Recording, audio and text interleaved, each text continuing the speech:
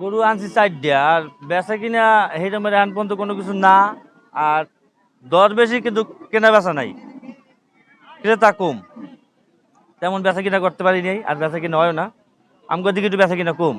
আমাদের প্রতি ঐতিহ্যবাহী নলছিটি চায়না মাঠে প্রতি বছর না এবছর গরু হাট হইতে আছে। আমাদের এখানে প্রশাসনের লোক আছে জানি কোনো আইন শৃঙ্খলা বিঘ্নকারী না হয়। আমাদের এখানে টাকার ব্যাপারে জাল টাকা শনাক্ত করার জন্য নলছিটি সোনালী ব্যাংক থেকে লোক আছে। আমাদের এখানে পশু ডাক্তার আছে, তারা এখানে দেখতে আছে। আমাদের নিজস্ব ভলান্টিয়ার আছে, যারা গণজিয়া এই হাটের ব্যাপারে কোনো জন্য সমস্যা যদি হয় সেটা সমস্যার সমাধান তাৎক্ষণিক করার জন্য ভলান্টিয়ার ভাইরা আছে। যে যেমন লাইক করো তেমনই স্বাদের high five wafer. High five খাও, হাই ফাইভ দাও। এই বছর আসলাম এই গরুর হাটে। গত বছরের তুলনায় এবারে একটু তুলনামূলকভাবে দাম বেশি। আমরা ঘুরে ঘুরে দেখতেছি। আগামী দুই দিন সময় যেহেতু আছে, আমরা দেখি একটু আমাদের মতো রিজনাল প্রাইস, আমাদের প্রাইজে গরু মিলাতে পারি কিনা, কিনতে পারি কিনা। তবে হ্যাঁ, গত বছরের থেকে এই বছরে গরুর দামটা অনেকটা বেশি বেশি মনে হচ্ছে।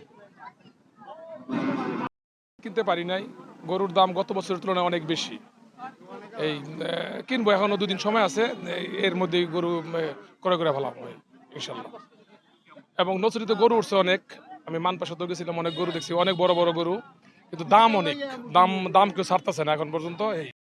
এখানে আমাদের নলছিটি ঐতিহাসিক চায়নার মাঠ।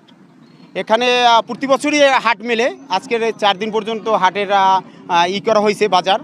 তবে কালকের একটা গরু বিক্রি হয়েছে 1,75,000, যে গরুটা আমি বিক্রি করছি, আমি একটা ছোট খামারি। আর আজকের একটা 1,30,000 টাকা বিক্রি হয়েছে। কিন্তু অনেক ক্রেতারা আছে এবং গরুর অসংখ্য গরুও আছে, কিন্তু কেউই সবাই দাম জিজ্ঞাসা করে, কিন্তু কেউ বলে না। আর বিশেষ করে আমাদের ভুসি খৈর যা প্রতিদিনের খাবার, এই খাবারটা অনেক ব্যয়বহুল খরচ। এবং আগে যে ভুসিটা আমরা কিনছি 1,600 টাকা বস্তা, এখন এটা 2,600 টাকা বস্তা। তার জন্য তো আমাদের একটু দাম বাড়তি চাইতে হবে। এই ব্যাপারে আমার আছে যে হয়তোবা গরু বিক্রি হবে, ক্রেতারা দেখতে আছে, দামের হাতের নাগালের ভিতরেই আছে সব জিনিস।